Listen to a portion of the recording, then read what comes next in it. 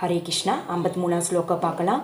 நாகம் வேதைர்ன தபஷானா தானேன சேஞ்சய சக்ய ஏவம் விதோதிஷ்டம் திஸ்வான் அசிமாம் யதா. கிருஷ்ணர் தமது பெற்றோரான தேவகியும் வசுதேவரின் முன்னாடி முதல்ல 4 கரங்களுடைய உருவத்தில் தோன்றினார். அதுக்கு பிறகுதான் 2 கரங்களுடைய உருவத்திற்கு தம்மை மாற்றி கொண்டார். நாத்திகர்களாலும் பக்தி தொன்று இல்லாதவர்களும் இந்த ரகசியத்தை புரிந்து கொள்வது ரொம்ப கஷ்டம். ஏட்டுக்கல்வியில் பட்டம் பெறுவதற்கும் இலக்கண அறிவை வளர்த்து கொள்வதற்கும் வேத இலக்கியங்களை படிப்பவர்கள் கிருஷ்ணரை புரிந்து கொள்வது சாத்தியம் இல்லை. கோவிலுக்கு சென்று சடங்கினை போல வழிபாடு செய்பவர்களாலும் அவரை புரிந்து கொள்ள முடியாது. அவர்கள் கோவிலுக்கு விஜயம் போகலாம், ஆனால் கிருஷ்ணரை உள்ளபடி அவர்களால் புரிந்து கொள்ள முடியாது. அவரது பக்தி தொண்டின் பாதையில மட்டும்தான் புரிந்து கொள்ளணும் முடியும். இது பின்வரும் ஸ்லோகத்துல கிருஷ்ணராலேயே விளக்கப்பட்டிருக்கு. 55ஆவது ஸ்லோகம் பார்க்கலாம். மத் கர்ம கிருண் மத் பரமோ மத் பக்தக சங்க வர்ஜிதக நிர்வைர சர்வபூதேசு யக சாமாம் ஏதி பாண்டவ. பகவானின் எல்லா ரூபங்களிலும் உயர்ந்தவராக விளங்கும் கிருஷ்ணரை ஆன்மீக வானிலுள்ள கிருஷ்ணலோகத்தில் அணுகுவதற்கும் அந்த உத்தம புருஷருடன் நெருக்கமான உறவு கொள்வதற்கும் யாரா ஒருத்தர் விரும்பினால் அந்த பரமனாலேயே இங்கு சொல்லப்பட்ட வழிமுறையை ஏற்றுக்கொள்வது அவசியம். அதனால தான் இந்த ஸ்லோகம் பகவத்கீதையின் சாரமாக தான் கருதப்படுது. உண்மையான வாழ்க்கையான ஆன்மீக வாழ்வை பற்றி தெரியாம இயற்கையை ஆதிக்கம் செலுத்தும் நோக்கத்தோடு ஜட உலகில் ஈடுபட்டுள்ள கட்டுண்ட ஆத்மாக்களுக்கான நூல் தான் பகவத்கீதை. ஆன்மீகமான பரமபுருஷரான நித்திய உறவை பற்றியும் ஆன்மீக இருப்பை பற்றியும் ஒருவர் புரிந்து கொள்வதற்கு பகவத்கீதை வழிகாட்டுது. அதற்கு மேலே முழுமுதற் கடவுளின் திருநாட்டிற்கு திரும்பி செல்வது எப்படி என்பதையும் அது கற்றுத்தருது. ஒருவர் தனது ஆன்மீக செயல்களில் வெற்றி அடைவதற்கான வழிமுறை இப்போ இந்த ஸ்லோகத்தில் தெளிவாக விளக்கப்பட்டிருக்கு. பக்தி தொண்டே தான் அந்த வழிமுறையும். செயலை பொறுத்தவரை ஒருவர் தனது முழு சக்தியையும் கிருஷ்ண உணர்வின் செயல்களுக்கு மாற்றணும். பக்தி ரசாமிருத சிந்துல சொல்லப்பட்டிருக்கு. அநாசக்தஸ்ய விஷயான் யதார்கம் உபயுஞ்சதக நிர்பந்த கிருஷ்ண சம்பந்தே யுக்தம் வைராகியம் உச்யதே. கிருஷ்ணருடன் தொடர்பில்லாத எந்த செயலையும் யாரும் செய்யக்கூடாது. இதுதான் கிருஷ்ண கர்மான்னு சொல்லப்படுது. ஒருவர் பல்வேறு செயல்களில் ஈடுபட்டிருக்கலாம், ஆனால் தனது செயல்களின் விளைவில் அவங்களுக்கு பற்றுதல் இருக்கக்கூடாது. பலனை அவருக்கு அர்ப்பணிக்கணும். உதாரணமாக ஒருவர் வியாபாரத்தில் ஈடுபட்டிருக்கலாம், ஆனால் அந்த செயலை கிருஷ்ண உணர்வாக மாற்றுவதற்கு அவர் கிருஷ்ணருக்காக வியாபாரம் செய்யணும். வியாபாரத்தின் உரிமையாளர் கிருஷ்ணர்னா வியாபாரத்தின் லாபத்தையும் கிருஷ்ணரே அனுபவிக்க. ஒரு வியாபாரியின் லட்சக்கணக்கான ரூபாய் இருந்தும் அவங்க அது எல்லாமே கிருஷ்ணருக்கு அர்ப்பணிக்க வேண்டிய தேவை இருந்தால் அவர் அவ்வாறே செய்யணும். இதுதான் கிருஷ்ணருக்காக செயல்படுவதாகும். தனது புலன் இன்பத்திற்காக இந்த மாபெரும் மாளிகையை கட்டுவதற்கு பதிலாக கிருஷ்ணருக்காக ஒரு அருமையான ஆலயத்தை கட்டணும். அங்கே கிருஷ்ணரின் விக்கிரகத்தை பிரதிஷ்டை செய்து பக்தி தொண்டிற்கான அங்கீகரிக்கப்பட்ட புத்தகங்களில் கொடுக்கப்பட்டுள்ளபடி விக்கிரக சேவைக்கு ஏற்பாடு செய்யணும். இது எல்லாமே கிருஷ்ண கர்ம. தனது செயலின் விளைவுகளில் பற்றுதல் இருக்கக்கூடாது, ஆனால் பலனை கிருஷ்ணருக்கு அர்ப்பணிக்கணும். கிருஷ்ணருக்கு படைக்கப்பட்ட உணவை அவர் பிரசாதமாக ஏற்றுக்கொள்ளணும். ஒருவர் கிருஷ்ணருக்காக மாபெரும் கட்டிடத்தை கட்டி அதில் விக்கிரகத்தை பிரதிஷ்டை செய்தால் அந்த கட்டிடத்தில் அவங்க வாழ்வதற்கு எந்தவித தடையும் இல்லை. இருந்தாலும் அந்த கட்டிடத்தின் உரிமையாளர் கிருஷ்ணரே என்பது புரிந்து கொள்ளணும். இதுதான் கிருஷ்ண உணர்வு எனப்படும். ஒருவர் கிருஷ்ணருக்கு கோயில் கட்ட முடியவில்லைன்னா கூட பரவாயில்ல, அது கிருஷ்ணருடைய கோயிலை தூய்மைப்படுத்துவதில் தன்னை ஈடுபடுத்தலாம். அதுதான் கிருஷ்ண கர்மா எனப்படும். ஒரு நந்தவனத்தை உண்டாக்கலாம். இந்தியாவில் ஏழை மனிதரிடம் சற்று நிலம் இருக்கு, ஆனால் அப்படி நிலம் உள்ளவர்கள் அதில் தோட்டம் வளர்த்து கிருஷ்ணருக்கு மலர்களை அர்ப்பணிப்பதற்கு அதனை உபயோகிக்கலாம். துளசி இலைகள் ரொம்பவும் முக்கியமானது என்பதால துளசி செடியில நடலாம். பகவத்கீதையில கிருஷ்ணரே இதனை சிபாரிசு செய்திருக்கிறார்.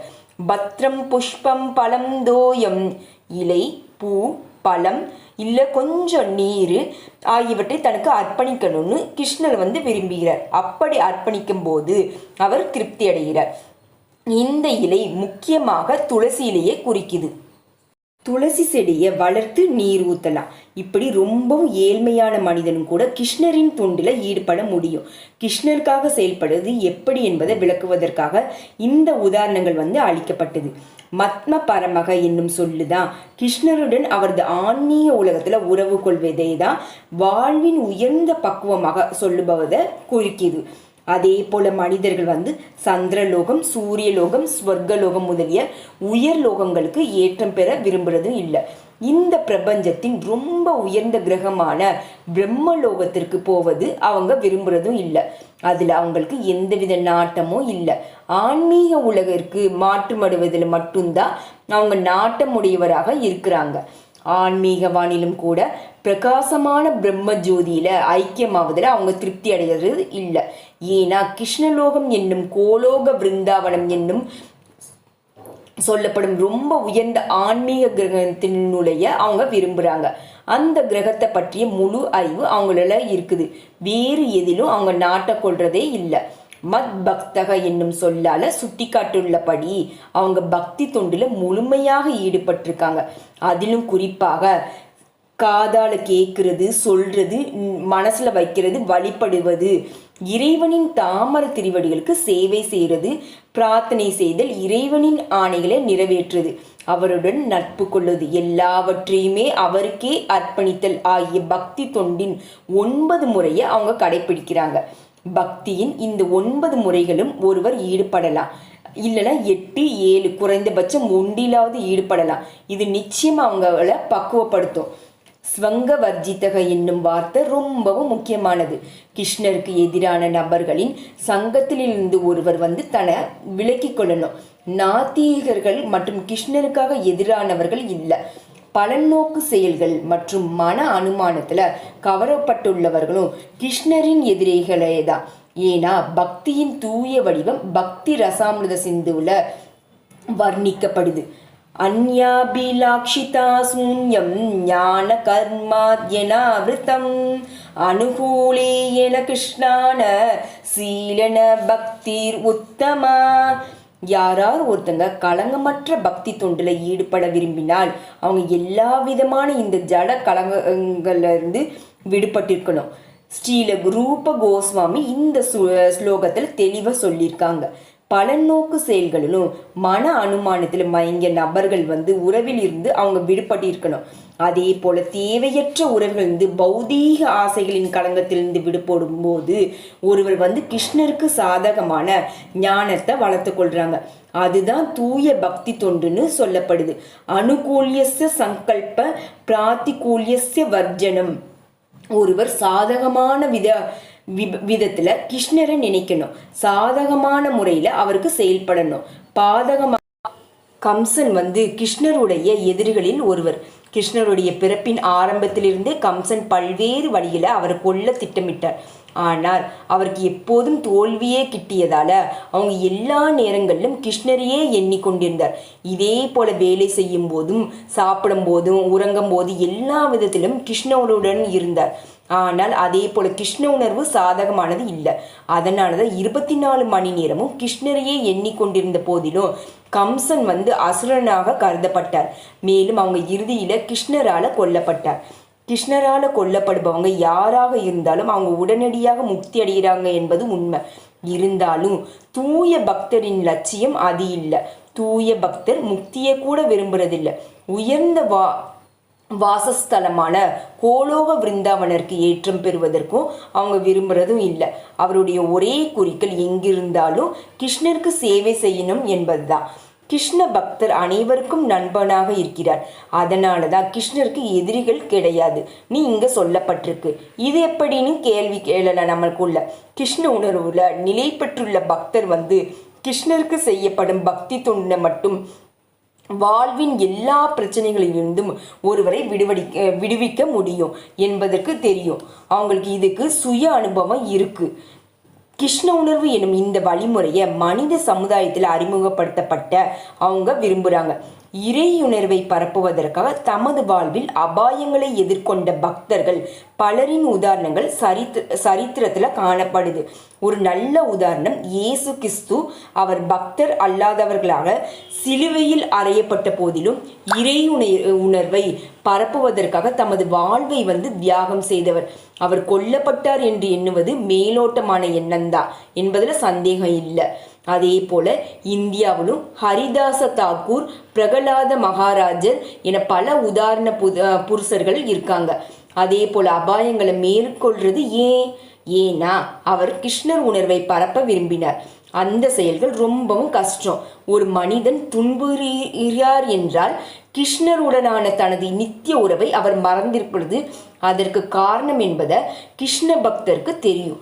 அதனால தான் எல்லா பௌதீக பிரச்சனைகளிலிருந்தும் மனித இனத்தை விடுவிப்பது தான் மனித சமுதாயத்திற்கும் ஒருவர் ஆற்றக்கூடிய ரொம்ப பெரிய நற்பணி தான். தூய பக்தர் இறைவனின் சேவையில் இதே போல ஈடுபட்டிருக்காங்க. எல்லா வித அபாயங்களையும் கிருஷ்ணனுக்காக மேற்கொண்டு கிருஷ்ண சேவையில் ஈடுபட்டுள்ள பக்தரின் மீது அவர் எவ்வளவு கருணையுடன் இருக்கிறார் என்பதை இப்ப நம்மால கற்பனை செய்ய முடியும். அதே போல நம்ம உடல் விட்ட பிறகு உன்னதமான லோகத்தை அடைவாங்க என்பது நிச்சயம். சுருக்கமா சொல்லணும்னா தற்காலிக தோற்றமான விஸ்வரூபம் எல்லாவற்றையும் அழைக்கும் கால ரூபம்தான் மற்றும் 4 கரங்களுடைய விஷ்ணு ரூபம் உட்பட எல்லா ரூபங்களும் கிருஷ்ணரால காட்டப்படுது. அதனாலதான் இந்த எல்லா தோற்றங்களும் மூலம் கிருஷ்ணரே தான். கிருஷ்ணர் விஷ்ணுவிடமிருந்து தோன்றியவர் தான், இல்லைன்னா மூல விஸ்வரூபத்திடமிருந்து தோன்றியவர் என்பது உண்மை இல்லை. எல்லா ரூபங்களும் கிருஷ்ணரே மூலம். விஷ்ணு நூற்றுக்கணக்கான ஆயிரக்கணக்கான ரூபங்களில் இருக்கிறார். இருந்தாலும் 2 கரங்களுடன் விளங்கும் மூல ரூபமாகிய ஷாமசுந்தர ரூபத்தை விட கிருஷ்ணரின் வேறு எந்த ரூபமும் ஒரு பக்தனுக்கு முக்கியமானது இல்லை. கிருஷ்ணருடைய சியாம சுந்தர ரூபத்திடம் தனது அன்பினாலும் பக்தினாலும் பற்றுதல் உடையவர்கள் அவர் எப்போதும் தங்களது இதயத்தினுள்ள பார்க்குறாங்க. வேறு எதையும் அவர்களால் பார்க்க முடியாது. இது பிரம்ம சமூகத்தில் சொல்லப்பட்டிருக்கு. கிருஷ்ணனுடைய உருவம் தான் முக்கியமானது, அவரே முதன்மையானவர். இது 14வது அத்தியாயத்தின் பொருள் என்பதை புரிந்து கொள்ளணும். ஸ்ரீமத் பகவத்கீதையில விஸ்வரூபம் என்னும் 11வது அத்தியாயம் பக்தி வேதாந்த பொருளோடு இன்னையோட நிறைவடையுது. ஹரே கிருஷ்ண கிருஷ்ண கிருஷ்ண ஹரே ஹரே, ஹரே ராம ராம ராம ஹரே ஹரே, ஹரே கிருஷ்ணா.